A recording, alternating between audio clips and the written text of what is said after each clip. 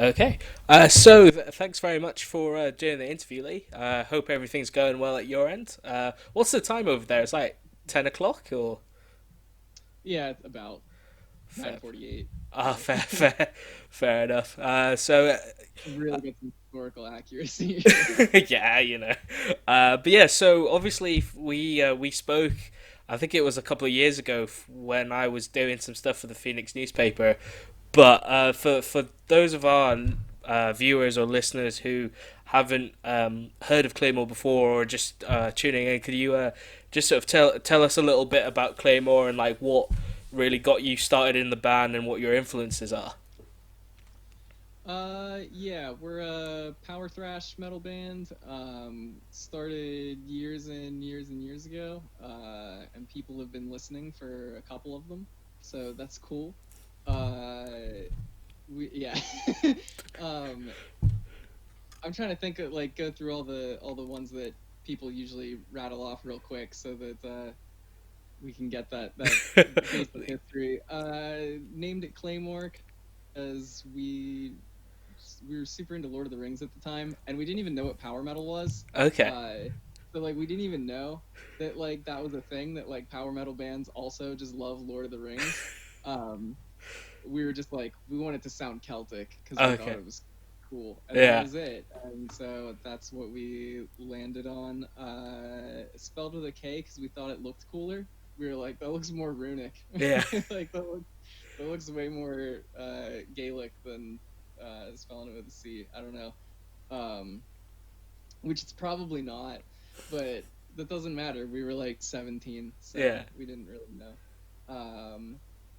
And uh, recently we put out a couple EPs and a couple full albums. We just put out another single last month. We're hopefully putting out another single before the end of the year, and now we have to because I just said that. So so, we're locked in there. will the singles be going up on your YouTube channel, or is it? Do you want to shout out your streaming services, or well, if you're on like Spotify and that, or Yeah, we're pretty much everywhere. I'll give you the oh man, I am completely the smart URL. yeah, If you want to for YouTube, if you want to put in the video description, but so that it's like one place and then it just lists. We're on Spotify, YouTube, okay. Google Play, Apple Music, Deezer. Oh wow, Um, that's old school, lad. yeah, I don't know. I didn't know what it was, and then like one day I looked at a royalty statement and it was like you got $1 from Deezer, and I was like, excellent. It's like get more stuff on there, guy. Um, but yeah, the song we just put out is it's on our YouTube channel, it's on Spotify, it's on all those places. Everything else that we do is now that we've modernized ourselves to get all of our stuff onto Spotify or start getting all of our stuff onto Spotify. Yeah. Everything in the future will be on there as Okay. well. Okay, cool. So, I just want to. I got a couple of questions about like some of the recent stuff you've done. So, I know you did a song on White Claw, quite recently. Would you, Yeah. like? So obviously you've done some stuff on like White Claw. You've done a collaboration of I think it was a Halloween cover as well, and then you've done Yeah. something with Lords of the Trident, or was the Lords of the Trident one with White Claw? But like, what Yeah. was the sort of thinking behind those sort of songs and the collaboration? Was it just for shits and giggles, or was it like something you were like, oh, that's definitely something, you know? We're dead serious on Yeah, the spike seltzer water. yeah, Um, it, I was about to say I don't know and then completely explain it, which is really contradictory. But just how I am. So like the collaborations and stuff. Well, I guess I'll take it a step back further. We hadn't put out any like brand new music in a couple of years. We mm, did re-recordings of some of our old music because it was very old and it sounded like it was. So right, we were like, let's use all the knowledge and tools and money that we've spent on sounding good in the last couple of years and redo some of that stuff. Uh, so we put that out in 2017. Um, but like other than that, there hadn't been new stuff. And so we were working on new stuff, and then, which is what I said, there should be another single out before the end of the year, and we stopped that because all of those White Claw memes started happening, Yeah. and we were like, people seem to be really into this. So then, like, as a joke on Facebook, I was like, you guys are really lucky that I don't have more free time, or else I already would have written and recorded a party thrash song about White Claw called The Claw's the Law. And everyone was like, that's hilarious. And then one of my friends from Lord of the Trident just commented on the status, like, a bunch of lyrics that he just came up with Oh in wow. like 8 seconds, I guess. They're freakishly efficient. And so, like, some of them I was like, that's gold. And like some of them rhymed with like what I was already gonna go with, and I was like, it's so close to being done already. And I was like, Brilliant. we have to do this.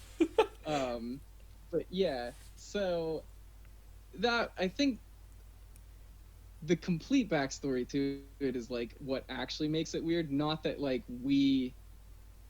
we wrote a song about spiked seltzer water. Like, that's not even the weird part. It was the fact that we were like, you know what, guys? We haven't put out new material in literal years. Let's make the first thing we do a meme about alcoholic about alcoholic water for suburban white women. And so that's what we did. It was weirdly motivating. Yeah. To just be like, hey, we're not gonna like take this song too seriously, and like whatever happens. Like, we're not gonna sit there and like fine tooth comb over like every measure of every riff, and like we took it easy on it. Not that we were lazy, we were just like, this song is supposed to be funny. Yeah. So like, if we get too serious about it, like we might lose that. Like, we're gonna completely overthink it, and we're like, one, it'll be out like next year and it won't be funny. And we're like, two, really wanted to keep that magic of just like, here's a weird idea, here's the rest of the weird idea, we're done. Yeah. And that's it. And whatever happens, and like, that's the humor behind it. But yeah, so I asked Lords of the Trident, I was like, can we like actually use those words? And they were like, yeah, no problem. And we are like, can you record some backing vocals for us? And they were like, yeah, no problem. And I was like, okay, if you can get it to me by like the end of the week. And they were like, here's the WAV file. And I was like, oh, okay, cool. And they were getting ready to go on a tour of Europe. Right. Like 2 weeks after that, or a couple weeks after that. And so I was like, yeah, like, I know you guys are busy right now, you probably got a lot going on, getting ready for all of that stuff, so just like whenever you can. And they were like, it is done, and this is all we can do, and that's all the time we have. And I was like, dude, this is perfect. Like, dude, don't sell it short that you did it in a short amount of time. But yeah, so I don't know, we've just known those guys for the last 5 years, I think. We played a show with them in 2014. They're from Wisconsin, which is like, I think 9 hours away from us. Oh wow. And they were on tour, and they came through Pittsburgh, and we played a show with them. And my mom remembers, she was there, she remembers them as the band that licked a battle axe on stage, and I was like, I think that's how they'd want to be remembered. Yeah, so that's brilliant. They're great dudes. They're real goofy dudes, and they jumped on this really weird song to do with us. It was right up their alley, so I was like, that's who I'd want on it. Yeah. With us, honestly. Yeah. That's brilliant. So, with regards to like some of the stuff that that Klaymore have done yourselves, like, where do you sort of draw the inspiration from? Because I know, like, on the It's Alive EP that we reviewed, and for people who will watch this later, the link will be in the description below. If like, I know you've got a song on there called like Temple of Dagon, and I know Dagon's like some sort of mythical beastly god or something. So like, what sort of inspired you to write stuff like that, and are you still holding that sort of influence together when you write other stuff? Yeah. Real briefly. Um, yeah, when I wrote that, I actually just thought up. Okay, so I was like into H.P. Lovecraft stuff, Yeah. like everyone was at one point. But like not actually, like I didn't actually read it. Like I just like I just looked at fan art and stuff on Google Images. And I Yeah. was like, this looks sick. Um, and like one of my friends had a board game that was all of those Hmm. mythos creatures and stuff in it, and we would play that all the time. So I was into that kind of stuff, and when I finally went to try to read one of his stories, the shortest one that like came up that I was like, that seems like a good entry point. That was Dagon.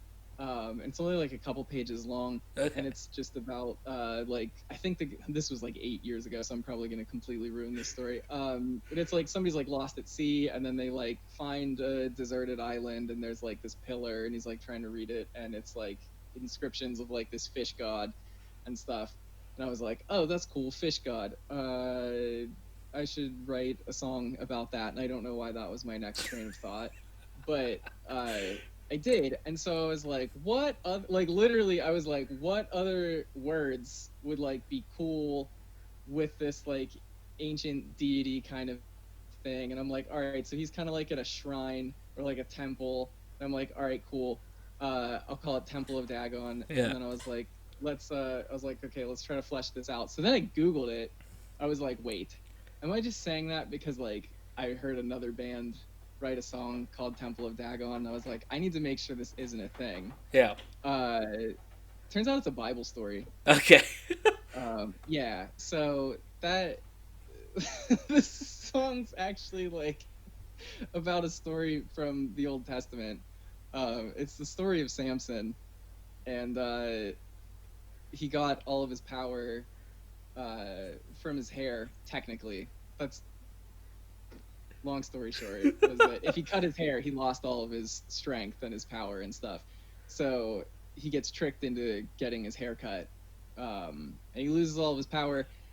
And then he gets taken to the Temple of Dagon, and they're like throwing rotten fruit at him or whatever they did in 8,000 BC or whatever it was. And he's like, God, please let me kill all of these people just like just once. If you could just hook me up like one last time. Like I know I literally didn't follow any of your rules and I ruined everything and I'm in a real bad spot. But it would be so cool to just murder all of these people. And he was like, you know what, man? You are right. Here is all of your strength back. And so he's chained to these pillars and he rips them down and the entire temple collapses in on itself. Everyone's dead. Samson's dead. Song's over. Brilliant. Fades back out. Brilliant. But yeah, so it started out H.P. Lovecraft and just that kind of stuff, and then I realized that it was actually from the Bible, it was from the Old Testament, and I was like, well, I guess I have to run with that.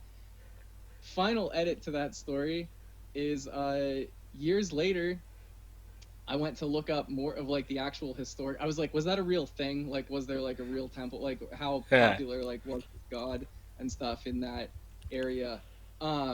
He's not a fish. He's not an ocean deity at all. Oh. He's like the god of wheat. Yeah. So like, Completely not metal, like. yeah, no, he's like the god of agriculture. God. So, Like, to be of fair, like the ancient Near East. Yeah, like it's so lame to find that out. He's like the farmer god. it's kind of like Thor. Like Manowar have all these songs about Thor killing people and stuff, and you just find out that he's actually like the god of farming, and you're just like, what? Yeah, he's like, oh, whoops. It's like, yeah, plot twist. Like, Yeah. This is the next The Village. Yeah, that song was truly like my The Village of Yeah. my career. So obviously you building on from that, actually you mentioned that the band's been going for quite a few years now. Like obviously you must have gone through quite a lot and have like a fair few stories to tell and stuff. Like what's been the best experience of being in Claymore? Like is it the gigs, is it is it the songs, is it what's the best experience of being in Claymore for you? For me, and I want to say that I think one of the last interviews that I did with Dan, our other guitarist, we were kind of asked the same thing, and we pretty much agreed. He's the other person that's been in it the longest with me. It's like the 25-minute stretch, like right after we post the final product to Facebook, Yeah. and we're like, it's done. You guys can hear it. It's done. And then we're like, don't have to worry about it. And we're like, this is awesome. And you can just like actually like sit back and enjoy yourself. Yeah. And you're not like, is the snare drum 0.4 dB too loud? Like, did I ruin the mix? And like, yeah. So That's fucking hilarious. Is it this like this much too loud? yeah, no, for real. Like that's because we do all that stuff ourselves. Yeah. So, and by us, I mean me, and by ourselves, I mean me. And so, like, yeah, no, there's been days. It's a live CD release show that we did. Literally, we were like an hour late. Well, like just me and Dan. The other guys in the band were there because I was like, hold it down for us. Like, let them know that we're on our way. Because I was still changing the mix. Yeah. So we're like late to like our CD release show, and I'm like, are my vocals too loud? He's like, they might be. I don't know, man. I'm like, all right, I gotta change it. Okay, open up those 4 laptops. Let's start burning these CDs so we can actually sell them to people. So like, yeah. So we're at the venue, and Dan's like burning CDs behind the merch booth. And I'm like apologizing to the venue owner. Yeah. So 100%, it's like right after it's too late to change it, and you realize that everything's fine. Okay. And you can just, like, That's you can just good. soak it in with everyone else. Yeah. Who's like, oh, great, man. I'm like, thank you. You're right. I finally agree. Like up until just now, I was like, I hate this and it's bad, and I don't know if I should even put this out. And then everything's fine, and that's the best part. Okay. On the flip side, what's the worst part? Is it the process before Everything you? else.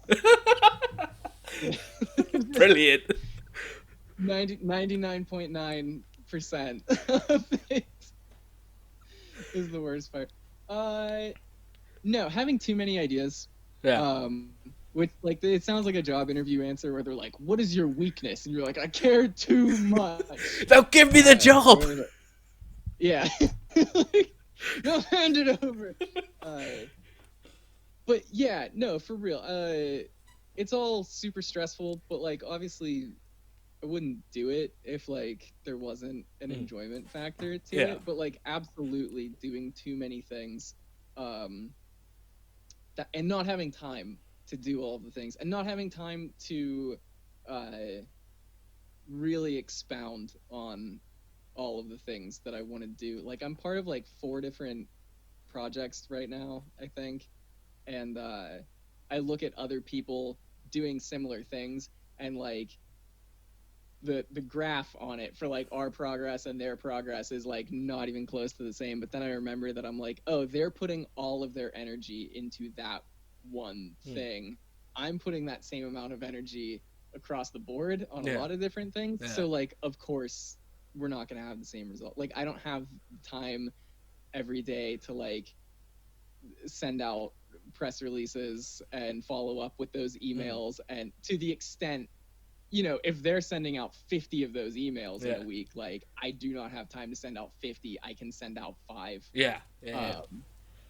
But so I think that's a really frustrating part about it, because you know everyone only has so much free time to be able to put into it, like other band members included. It's not like I can just be like, oh, somebody else do it. It's like, well, they also work, they also do other stuff, you know. So but so that's why it takes us a long time to do stuff, because I'm like, I have a million things I want to do, and I'm trying to handle it. I'm trying to do all of them. I want to do all of them. But so like obviously I take it that with like, so what are some of the other things you're doing? Is there some like Halberds out there? I know. Is there like other stuff that like, is it specific music related stuff, or is it more broader than that? I don't know why I'm doing the hand gestures, but you know. to really show Yeah. the spectrum there.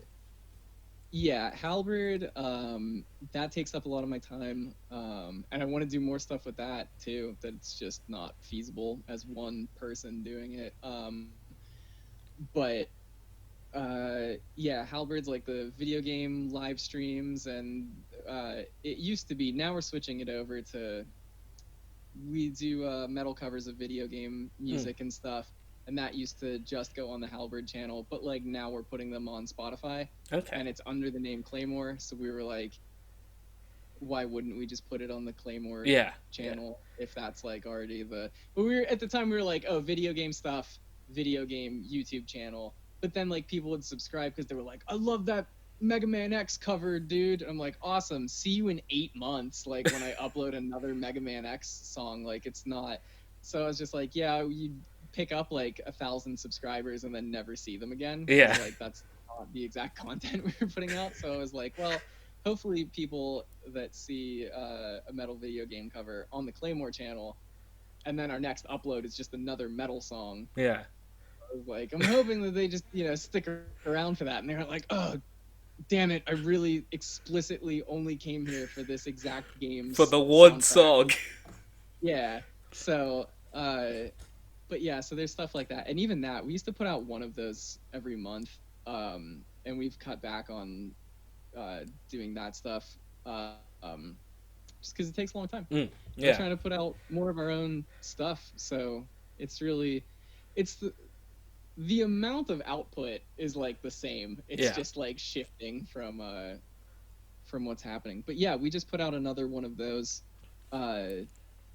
last week, 2 weeks ago, and it's part of a giant compilation album. It was a cover of a song from the game Chrono Trigger for Super Nintendo, and it was part of a big compilation album. There were like 60 tracks on it. It wasn't all metal. It's all over the place. It's a bunch of different artists. You would hope with 60 tracks. Yeah. That'd be a lot of time for a couple people. It's just Lee. Just you stood there going like, can I go now? Yeah. I'm just 8 trillion tracked. Yeah. Almost 60 of them. But yeah, so, and one of the requirements to be on the album was that you had to collaborate with a different artist, and they kind of just did that so that they didn't have 200 people submit a track and then have to tell 150 people that you can't be on it. Yeah. Because there's so many songs on the soundtrack. So it's to get people to work together and hopefully make cooler arrangements than you would have on your own. But so yeah, we got to work with Jack Fleegler. I don't think I've ever had to say his last name out loud. From Toxic Eternity. Okay. He does a bunch of metal video game covers. He's like super successful at it. It's ridiculous. It's awesome that he's able to do that, and he has his own band and stuff. They just put out an album too. It's like technical death metal and stuff. And so like we asked him to play on a cover of a song that we tried to base on like 80s Halloween music, and we're like, that's the dude, the tech death man, get him in here. We've got to put speed down. Yeah. Like, it's finally time. Hit the button. Get Jack on this. Brilliant. So like yeah.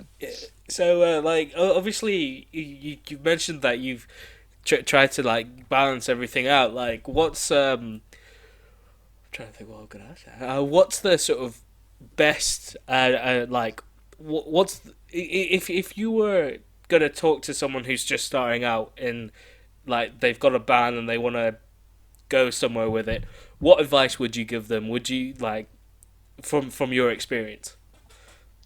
Sorry, that question was a bit poorly phrased. Don't do it, man. You know, like there's so many things out there. Like you could be an engineer, dude. Like you could build rockets and shit. Like why do you want to? Come on, man. Like be real. What are you doing? This is brilliant. That's what I would say. And no one ever said that to me. Yeah. So I have a lot of people to blame for why I'm still here again. No, but for real, like honestly, because I think about that a lot, and I do try to give advice to people when they ask for it, because nobody likes to just hear like, hey man, you should do this different, and they're like, I don't care, like, why are you telling me that? But like, so many things happen with so many different bands that are completely different. Like their success story to like how they got to where they are now, like every story of their like breaking into whatever cool happened for them, it's totally different. Like you can't replicate it. Yeah. And so like that's very strange. So I like think about all of that to like I think about like how I got to the point that I am now. Yeah. And I'm like, I could not do that again. Like if I started another band, that's not what would happen. Yeah. And the advice is also like I hated getting this kind of advice whenever I was asking people for help, and not because I didn't want to, like I would ask, I'd be like, what can I do? And they're like, man, just keep at it. And I was like, shut up, like give me a real answer. Like what is the real, what can I actually actively think about doing? Yeah. They're like, you just gotta do it, dude. And I was like, why is that your voice in this story? Like I don't even know who you are. It's just some drugged out boomer. Yeah, it's like, but like it's so dumb, but like it is true, because just like some of the stuff that's happened for me, it wouldn't have happened if I hadn't just like thrown some stuff at the wall and then like some of it stuck. Yeah. Like if I really would have tried to been like, this is the one idea that's gonna get me any traction anywhere, probably not, man. Like I don't know. Like what are the odds that you like of all the things that could happen? Like was the one idea that you had? Like probably not, dude.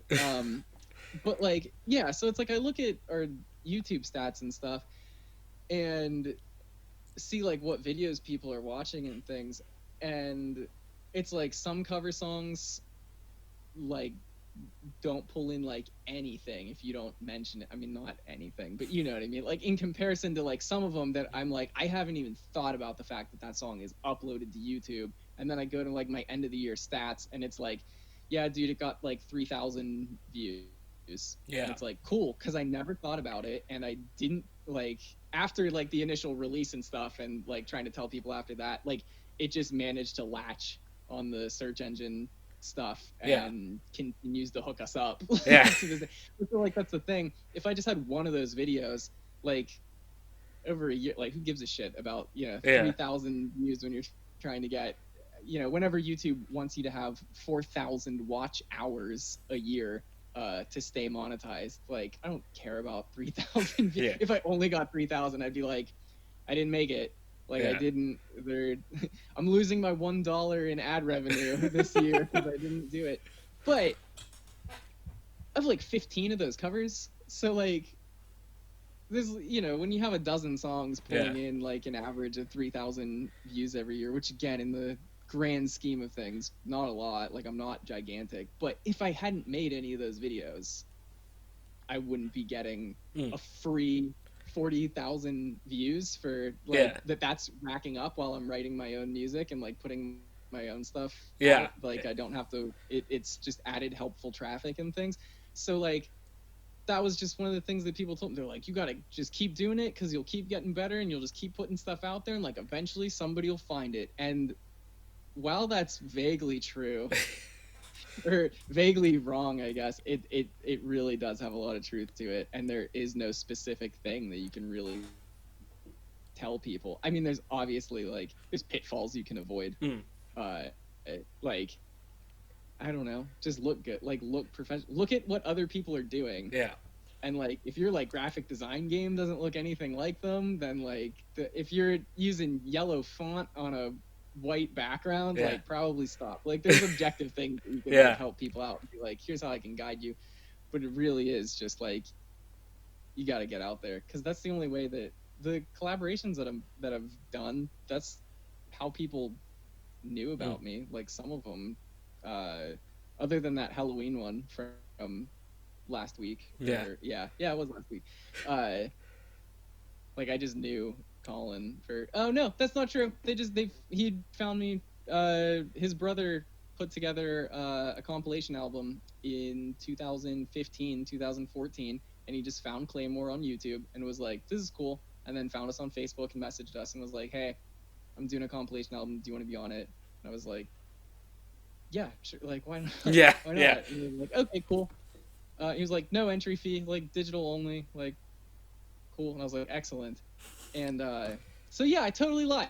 Literally everything has just been like, yeah, I just had stuff out there, and like while I'm focusing on like trying to grow our own fan base, like people are trickling in from the sides that you're not expecting. Yeah.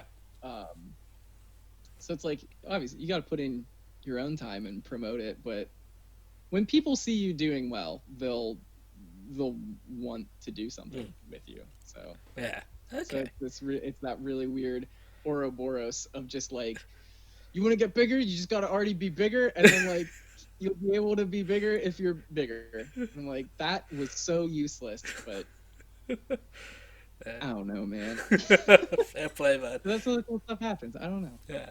So, final sort of thing for you.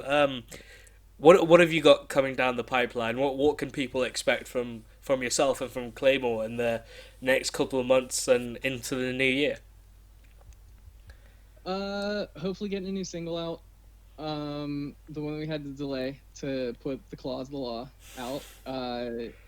We're back at that, so it's recorded. We're mixing it and adding stuff to it, seeing what needs done with it. But so hopefully that'll be out before the end of the year. Hopefully just into the new year, like maybe January or February, we should be on another metal or another video game cover compilation. That I can't say what it is because they haven't announced it yet. So, but something will be Something is in the works. Yeah. I don't know. I've been making a bunch of lo-fi hip hop. Fair play. That's been out. That's out. I'm doing more of that. That's all we have an album coming out to chill and relax to. Nice. Actually, we have like 2 albums coming out. We worked on 2 at the same time, and they're like about to both be done at the same time. So be sure to send them to review. Yeah. But yeah, so like that was weird how that worked out. That's never been how something has worked out. But yeah, just done a bunch of collaborations, and there just seem to be more coming down the pipe. It's just fun. It's just fun to do. It's way more motivating than just like working on your own thing in your own little bubble.